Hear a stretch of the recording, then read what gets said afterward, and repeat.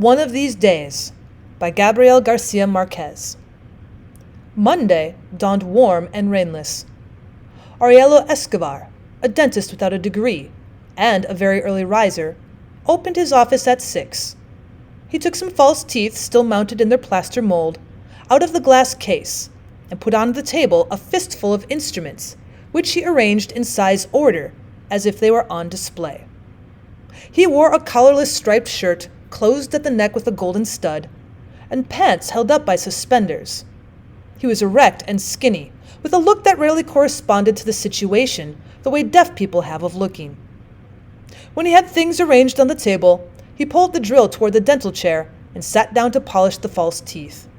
He seemed not to be thinking about what he was doing, but worked steadily, pumping the drill with his feet, even when he didn't need it. After 8, he stopped for a while to look at the sky through the window, and he saw 2 pensive buzzards who were drying themselves in the sun on the ridgepole of the house next door. He went on working with the idea that before lunch it would rain again.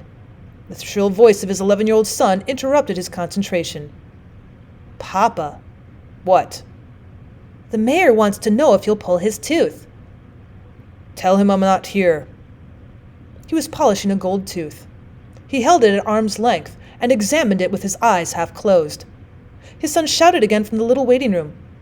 "He says you are too, because he can hear you." The dentist kept examining the tooth. Only when he had put it on the table with the finished work did he say, "So much the better." He operated the drill again. He took several pieces of a bridge out of a cardboard box where he kept the things he still had to do and began to polish the gold. "Papa." "What?" He still hadn't changed his expression. "He says if you don't take out his tooth, he'll shoot you." Without hurrying, with an extremely tranquil movement, he stopped pedaling the drill, pushed it away from the chair, and pulled the lower drawer of the table all the way out. There was a revolver. "Okay," he said. "Tell him to come and shoot me." He rolled the chair over opposite the door, his hand resting on the edge of the drawer. The mayor appeared at the door. He had shaved the left side of his face, but the other side, swollen and in pain, had a 5-day-old beard.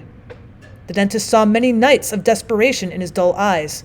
He closed the drawer with his fingertips and said softly, "Sit down." "Good morning," said the mayor. "Morning," said the dentist. While the instruments were boiling, the mayor leaned his skull on the headrest of the chair and felt better. His breath was icy.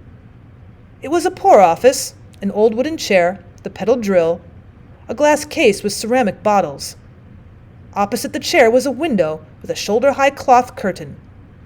When he felt the dentist approach, the mayor braced his heels and opened his mouth.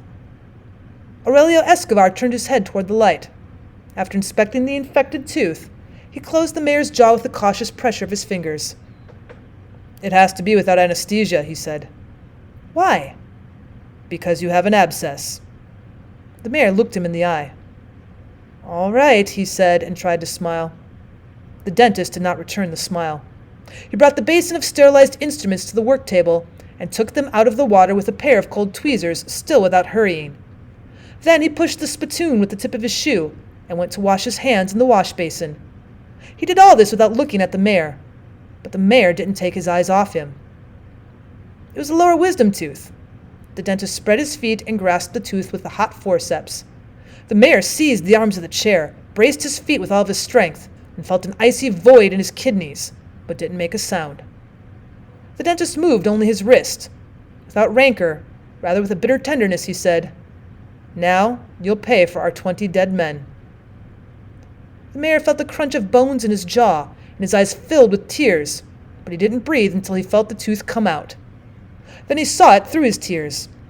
It seemed so foreign to his pain that he failed to understand his torture of the 5 previous nights.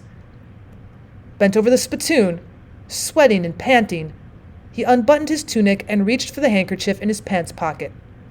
The dentist gave him a clean cloth. "Dry your tears," he said. The mayor did. He was trembling. While the dentist washed his hands, he saw the crumbling ceiling and a dusty spiderweb with spiders' eggs and dead insects. The dentist returned, drying his hands. "Go to bed," he said, "and gargle with salt water." The mayor stood up, said goodbye with a casual military salute, and walked towards the door, stretching his legs without buttoning up his tunic.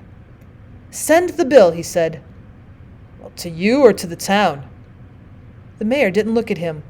He closed the door and said through the screen, "It's the same damn thing."